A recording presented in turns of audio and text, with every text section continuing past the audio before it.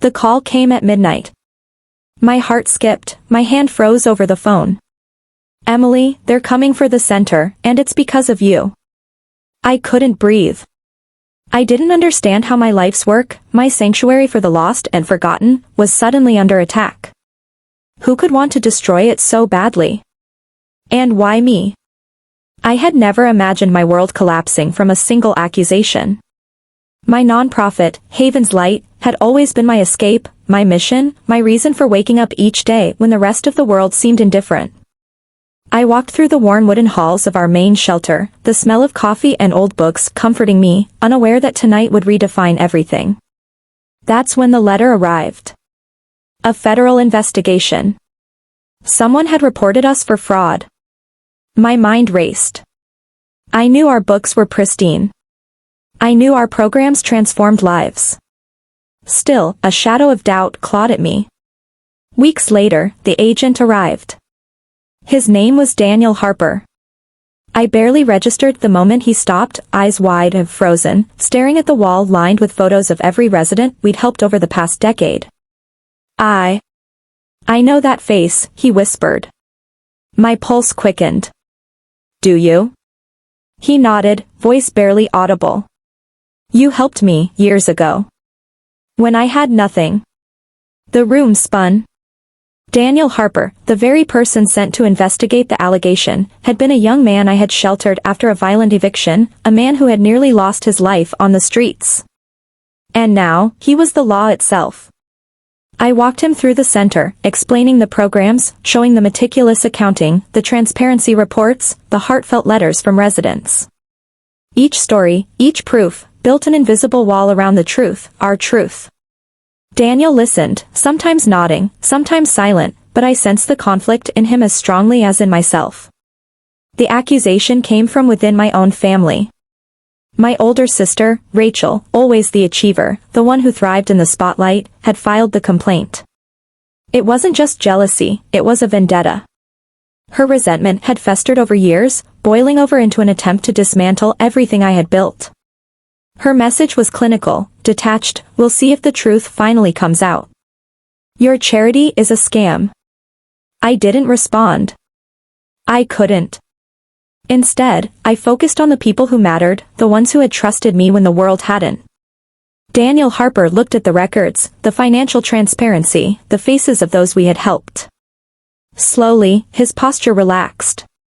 Respect replaced doubt. You've built something extraordinary, he finally admitted. This complaint, it has no merit. But Rachel didn't stop. She tried subtle attacks, legal maneuvers, rumors whispered to donors. Every week felt like a psychological tightrope. I had to protect my staff, my residents, my mission, while keeping my own sanity intact. And then, the twist I never anticipated, a second complaint arrived, this time targeting Rachel herself. The federal investigators had discovered discrepancies in her medical practice reports, patterns of falsified documents and misleading filings. Karma, some might say. Justice, others. For me, it was relief and a reminder that actions have consequences. Through the turmoil, Daniel became more than an investigator. He became an ally, a friend, someone who had walked the path of despair and emerged stronger. He returned to the center frequently, mentoring residents, sharing his journey, and showing them that recovery and dignity were possible. Meanwhile, Rachel faced scrutiny, professional backlash, and the slow crumble of the life she meticulously curated. She never apologized, never acknowledged the damage she had done, but the universe had a way of balancing scales. I didn't celebrate her misfortune, I merely continued building. By the time the investigation closed, Haven's Light emerged stronger than ever.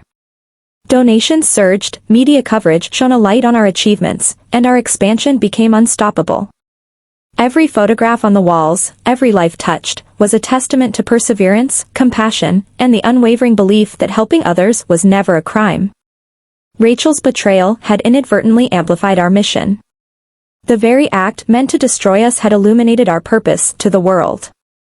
And Daniel Harper, once a vulnerable young man in need, now stood beside me as proof that every life saved ripples outward, influencing worlds in ways we can scarcely imagine. The knock on the office door was sharp, deliberate. I glanced up from the stack of files, another routine inspection, I assumed. But when I opened the door, the man standing there was unsettlingly familiar. His eyes carried a weight I knew well, the kind that comes from nights spent staring at ceilings while wondering if the world had simply forgotten you. "Emily Sanders," he asked, his voice steady but with an edge that betrayed something deeper. I nodded. "I'm Agent Marcus Caldwell, assigned to audit second chances." A flicker of recognition passed through me. Marcus Caldwell, the name had haunted me for months. Not for reasons of fear, but for memory. His story was one I knew too well, though I had never expected to see him here, in my office, looking at me across a polished desk, a government badge in hand. Weeks earlier, our family had erupted in a quiet storm of chaos. Jessica, my sister, had quietly filed a report with the IRS, a venomous whisper of accusation that I had tried to ignore. Fraud, she claimed. Personal enrichment. Lies disguised as charity. And now, by some cruel twist of fate, the very man I had helped rebuild his life was the one assigned to investigate. "Emily, do you remember the night I called your crisis line?" Marcus asked, his voice softening, almost cracking. I froze, stunned. I do. He took a step closer, eyes flicking toward the wall of photographs behind my desk. Veterans I had housed over the past decade stared down at him. And then he paused. His gaze lingered on a photo, a younger version of him, slouched on a cot in one of our earliest shelters, a night when hope seemed like a distant memory. "I never thought I'd see this again," he murmured. I was ready to give up. Everything. I swallowed hard, the weight of our shared past hanging heavy in the air. Marcus had arrived at second chances in the dead of winter, shivering, broken, a man whose life had spiraled into homelessness after returning from military service. I remembered finding him sleeping in an abandoned warehouse, frost clinging to his jacket, and offering him shelter, not just of walls, but of care, dignity, and belief. And now, he was here, scrutinizing ledgers and spreadsheets that chronicled 8 years of tireless work, of blood, sweat, and relentless faith. My heart raced. How could I explain to him that this investigation, the very thing that could unravel everything, was born from my sister's envy and misguided judgment? "I need to understand," Marcus continued, holding a folder tightly, "why someone close to you would report this organization." I stepped closer, trying to keep my voice steady. "It wasn't your fault," I said.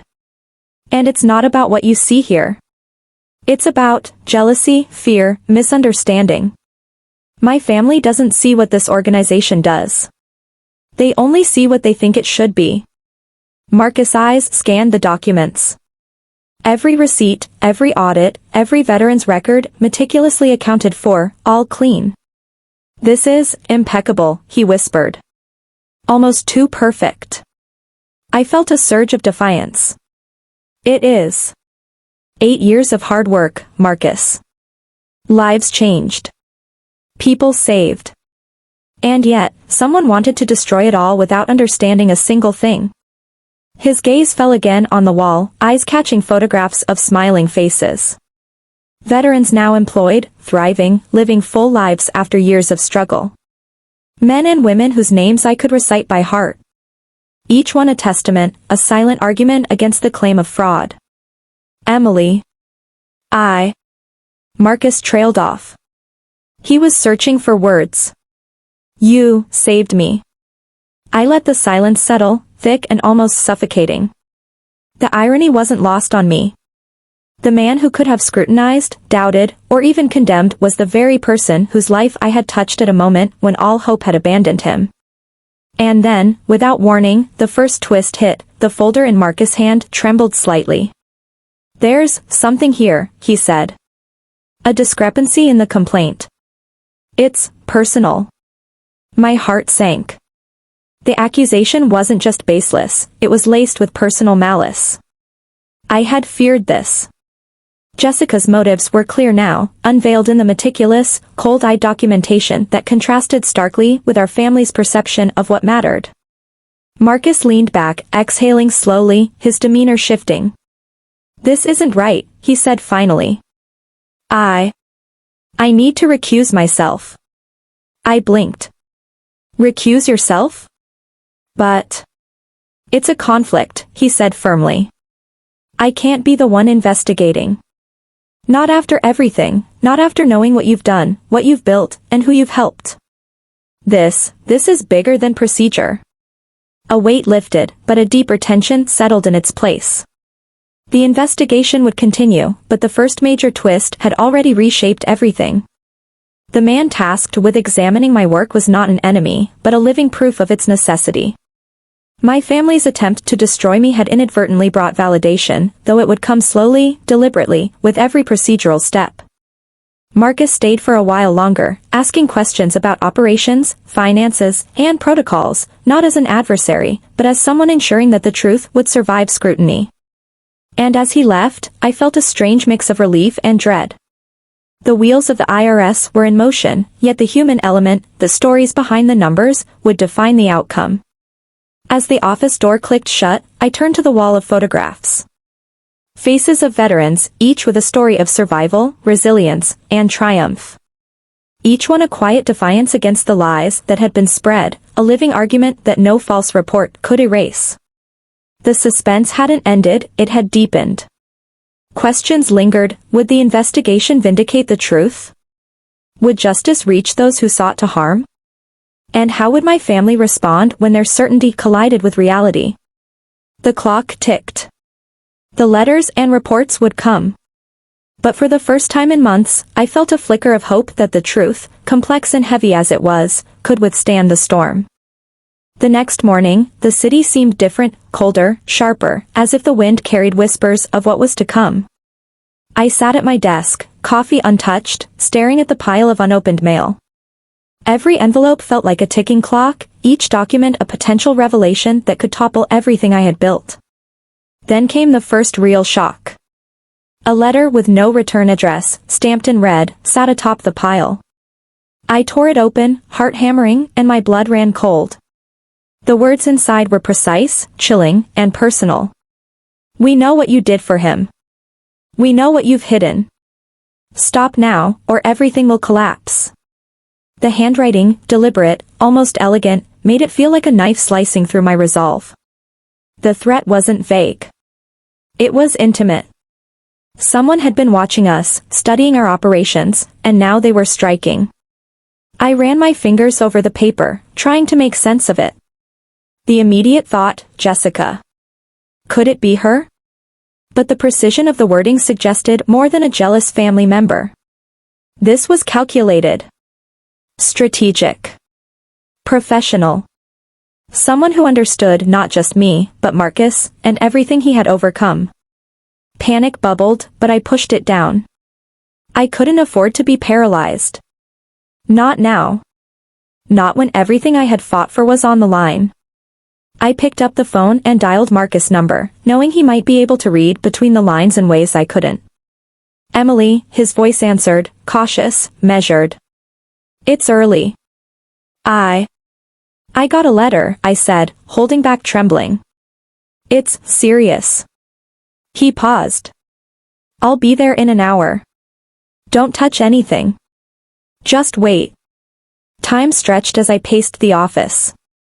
Each minute felt like a lifetime, filled with the echo of footsteps I imagined outside my window. And then, just as the sun rose higher, Marcus appeared. Not in his usual formal posture, but tense, ready for action. We sat together, reviewing the letter, scanning for any clue. Marcus' eyes narrowed. This isn't just a threat, he said. This is someone who knows our history. Our past work. And they want leverage. A chill ran down my spine. Who could know so much? My thoughts immediately went to the veterans, the people I had helped. Could this be linked to someone from the shelter? Someone who had fallen through the cracks and blamed us? Then, the call came. My sister's voice, sharp and cutting, came through the line. Emily. I hope you're ready for the truth, she said.